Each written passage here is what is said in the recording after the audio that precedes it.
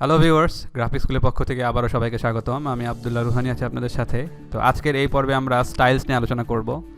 তো এখানে দেখুন, আমরা একদম উপরে যদি খেয়াল করি, এখানে বেশ কিছু স্টাইল দেওয়া আছে। এগুলো হচ্ছে আপনাদের হেডিং 2, হেডিং 3 ধরনের বিভিন্ন ধরনের স্টাইল আমাদের এখানে দেওয়া আছে। তো আমরা সাপোজ একটা প্যারাগ্রাফ আমরা আগে লিখে ফেললাম। এখানে আমরা একটা প্যারাগ্রাফ অলরেডি লিখেছি। তো এই প্যারাগ্রাফ লেখার পরে আমাদের এটিকে বিভিন্নভাবে স্টাইল করতে হতে পারে। সাপোজ দেখুন, আমি জাস্ট পুরো একটা প্যারাগ্রাফ লিখলাম আগে, লেখার পরে আমরা জাস্ট এটিকে স্টাইল করবো খুব দ্রুত। দেখুন, আমি জাস্ট এতটুকু অংশকে এইভাবে সিলেক্ট করব।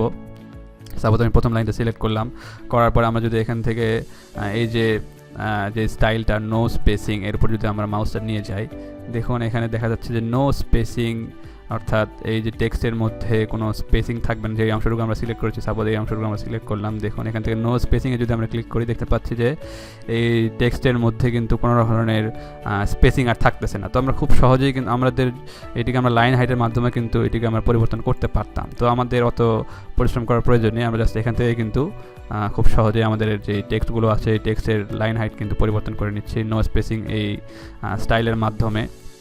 আমরা জাস্ট এরিয়া সিলেক্ট করব, করার পরে জাস্ট এখানে একটা ক্লিক করব, আমাদের এটি কিন্তু এই নো স্পেসিংয়ের মধ্যে চলে আসবে। আবার যদি আমাদের আগের মতো করতে হয়, সেক্ষেত্রে আমরা জাস্ট এখানে নর্মালি ক্লিক করলে কিন্তু আবার নর্মালি চলে আসতেছে। তো এরপরে দেখুন এখানে হেডিং, অর্থাৎ আমাদের টেক্সটের মধ্যে আমরা কিছু টেক্সট লিখছি, সেই টেক্সটের মধ্যে আমরা হেডিং ইফেক্ট দিতে যাচ্ছি। অর্থাৎ কিছু টেক্সট এরকম থাকে যেটাকে হেডার বলা হয় বা হেডিং, যেটাই আমরা বলি না কেন। অর্থাৎ কোনো টেক্সটকে আমরা একটু ফন্ট বড় করে নিতে চাচ্ছি, সেই কাজটা কিন্তু আমরা এখানে হেডিংয়ের মাধ্যমে করতে পারি। দেখুন আমরা জাস্ট এখানে মাউস নিয়ে যাচ্ছি, আমরা দেখতে পাচ্ছি একটি সুন্দর একটি ব্যাকগ্রাউন্ড ইফেক্ট সহকারে কিন্তু একটা হেডিং ইফেক্ট কিন্তু এখানে চলে আসতেছে।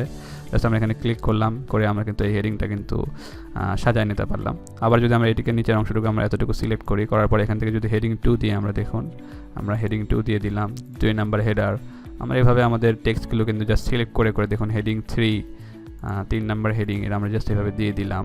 এরপরে আমরা জাস্ট এই অংশটুকু সিলেক্ট করব, করার পরে হেডিং 4, এইভাবে আমরা হেডিং 5, আমরা টাইটেল, আমাদের যদি ফন্ট একটু বড় প্রয়োজন হয়, সেক্ষেত্রে আমরা এইভাবে টাইটেলের উপরে যদি আমরা মাউস নিয়ে যাই, দেখুন সাপোজ আমাদের এই টেক্সটের মধ্যে কিছু অংশ আমাদেরকে হাইলাইট করতে হবে, সেক্ষেত্রে আমরা জাস্ট এই অংশটুকু সিলেক্ট করব, করার পরে আমরা যদি এখান থেকে টাইটেলের উপর নিয়ে যাই, দেখুন দেখতে পাচ্ছি ওই অংশটুকু কিন্তু শুধু ওই অংশটুকুই আমাদের সুন্দর একটা টাইটেল ইফেক্ট কিন্তু চলে আসলো।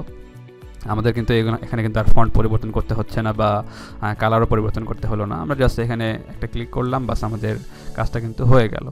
তো এভাবে আমরা আবার এভাবে বিভিন্ন অংশ সিলেক্ট করব, করার পরে টাইটেল এর নিচে দেখুন সাব টাইটেল, অর্থাৎ টাইটেলের যে টেক্সটের যে সাইজটি তার চেয়ে একটু ছোট সাব টাইটেল হয়। আমরা যেখানে ক্লিক করে দিলাম, দেখুন আমরা দেখতে পাচ্ছি যে ওই টাইটেলের চাইতে একটু ফন্ট সাইজ একটু ছোটো আসলো, সুন্দর একটা ডিজাইন আসলো। এরপরে হচ্ছে সাবটাইটেল এমফ্যাসিস, অর্থাৎ এই টেক্সটগুলো একটু বাঁকানো, যদি আমরা যেই ইটালিক যে ইফেক্টটি সেটি কিন্তু আমরা এমফ্যাসিসের মাধ্যমে দিতে পারি। দেখুন আমরা জাস্ট এই অংশটুকু সিলেক্ট করব, করার পরে এখান থেকে যদি সাবটাইটেল এমফ্যাসিস, এখানে যদি আমরা একটা ক্লিক করি, দেখতে পাচ্ছি যে সাবটাইটেলের আন্ডারে একটা এই যে ইটালিক যে ইফেক্ট সেটি কিন্তু আমাদের টেক্সটে আমরা দেখতে পাচ্ছি। আবার যদি আমরা এখান থেকে শুধু এমফ্যাসিস করে দিই, সাপোজ আমি এই অংশটুকু সিলেক্ট করার পর এখান থেকে আমরা এমফ্যাসিস করে দিলাম, এখানে একটা ইফেক্ট আমরা দেখতে পাচ্ছি।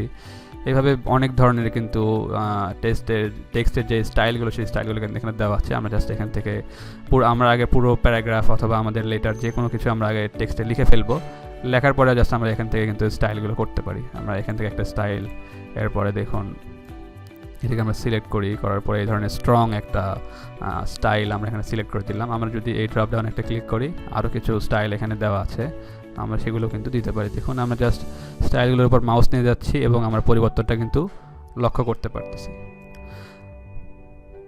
তো এইভাবে কিন্তু আমরা আমাদের টেক্সটকে কিন্তু খুব দ্রুত কিছু স্টাইল আমরা দিয়ে নিতে পারি। তো আশা করি বিষয়টা সবাই বুঝতে পেরেছেন যে কীভাবে আমাদের টেক্সটের উপর আমরা বিভিন্ন ধরনের স্টাইল অ্যাপ্লাই করতে পারি। আপনারা জাস্ট এখান থেকে অ্যাপ্লাই করে দেখবেন যে কোনটি আপনাদের টেক্সটের জন্য আকর্ষণীয় বা সুন্দর হয়, সেটি আপনারা জাস্ট সিলেক্ট করে দেখবেন। তো আজকের পর্বে এতটুকুই, পরবর্তী পর্বে আবারও দেখা হবে। ততক্ষণ সবাই ভালো থাকবেন, ধন্যবাদ সবাই।